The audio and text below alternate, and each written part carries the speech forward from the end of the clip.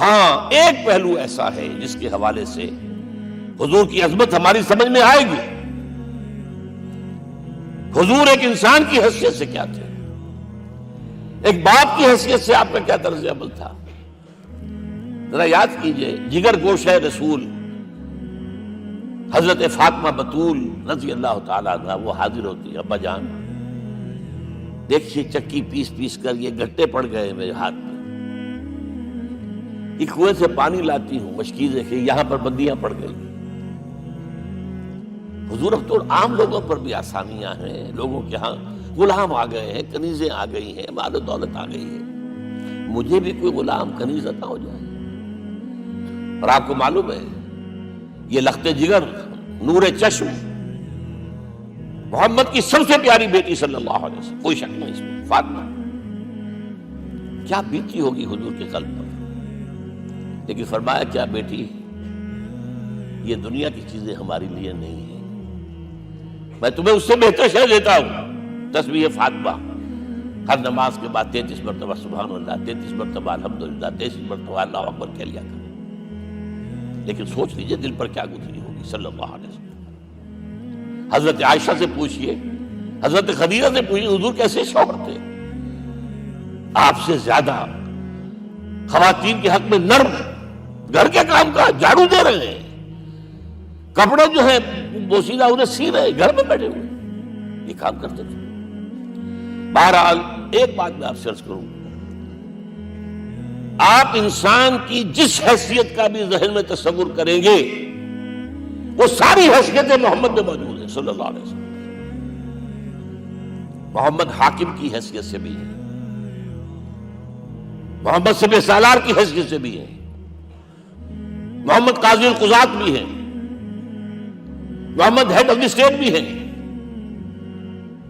محمد بیویوں والے بھی ہیں، اولاد والے بھی ہیں، محمد 5 وقتہ امام بھی ہیں، جمعے کے خطیب بھی ہیں، مدرس قرآن بھی ہیں، مربی بھی ہیں، مزکی بھی ہیں، اور ہر میدان میں بلند ترین مقام.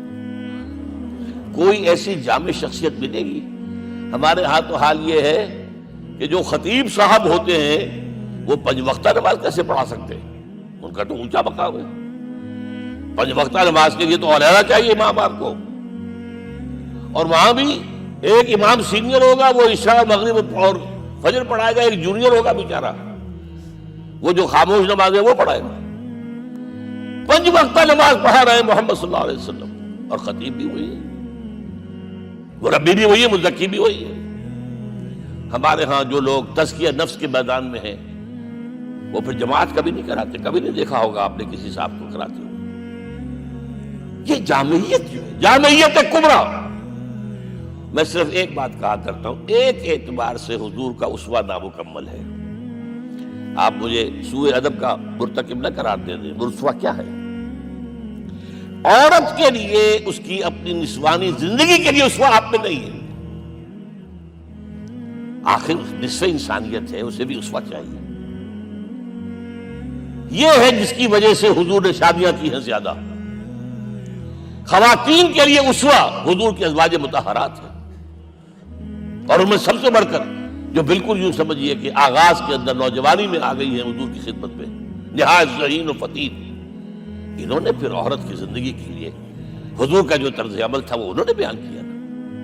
اس لیے سورہ احزاب کے اندر اس کا تذکرہ ہے، جہاں یہ آتا ہے لقد کان لکم فی رسول اللہ اسوۃ حسنہ، وہیں پر یا نساء النبی لستن کاحد من النساء، اے نبی کی بیویوں تم عام عورتوں کے مانند نہیں ہو، تمہیں تو اسوہ بننا ہے امت کے لیے.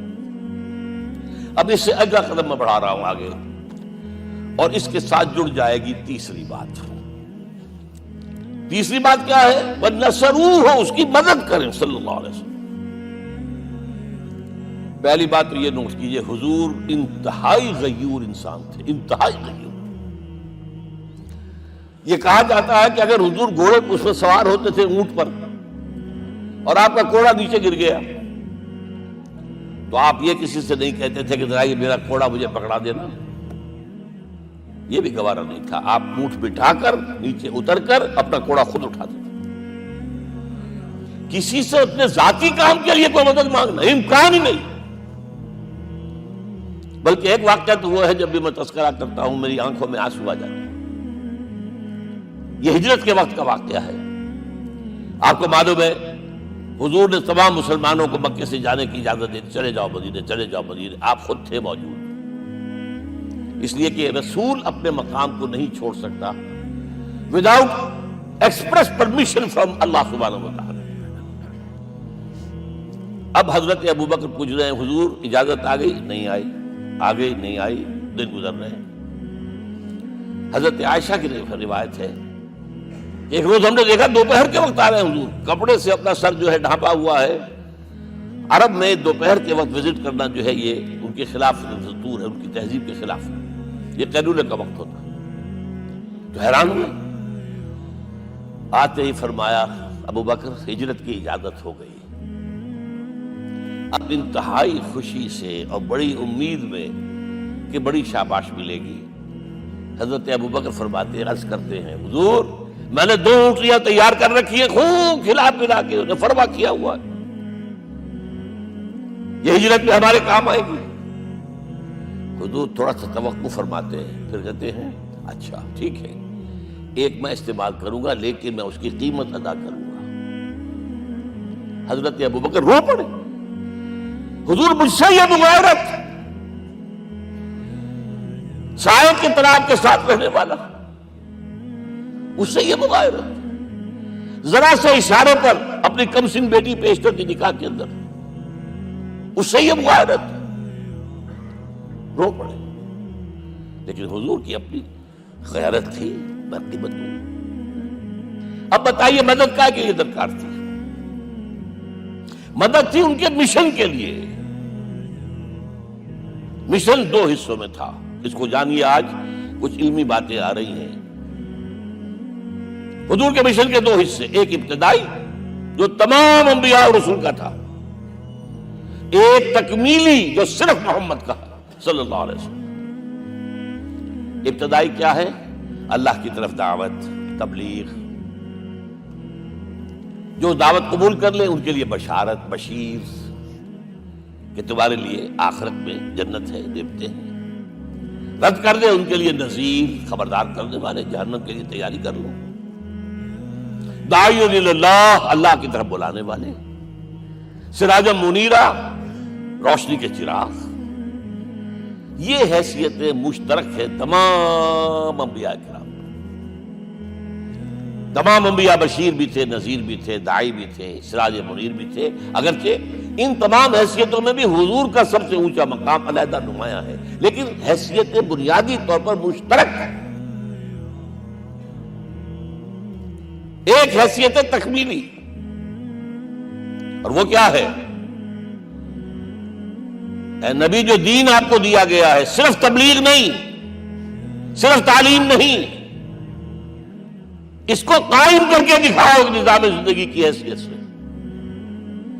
3 مرتبہ قرآن میں یہ الفاظ حضور کے لیے آئے ہیں، هو الذی ارسل رسولہ بالہدی ودین الحق لیظہرہ علی الدین کلہ.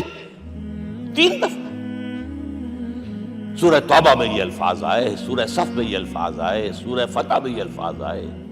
وہی اللہ جس نے بھیجا ہے اپنے رسول کو صلی اللہ علیہ وسلم، الہدا قرآن حکیم، ہدایت کاملہ، اور نمبر 2 دین حق. یہ 2 چیزیں دے کر بھیجا. کس لیے؟ تاکہ اس دین کو غالب کرے پورے نظام زندگی پر. یہ معاملہ ذرا سوچئے. اور یہ حضور کے لیے 3 دفعہ، اور کسی اور نبی کے لیے 1 دفعہ بھی نہیں. قرآن مجید کے اس نقطے کو ذہن نشین کر لیجیے.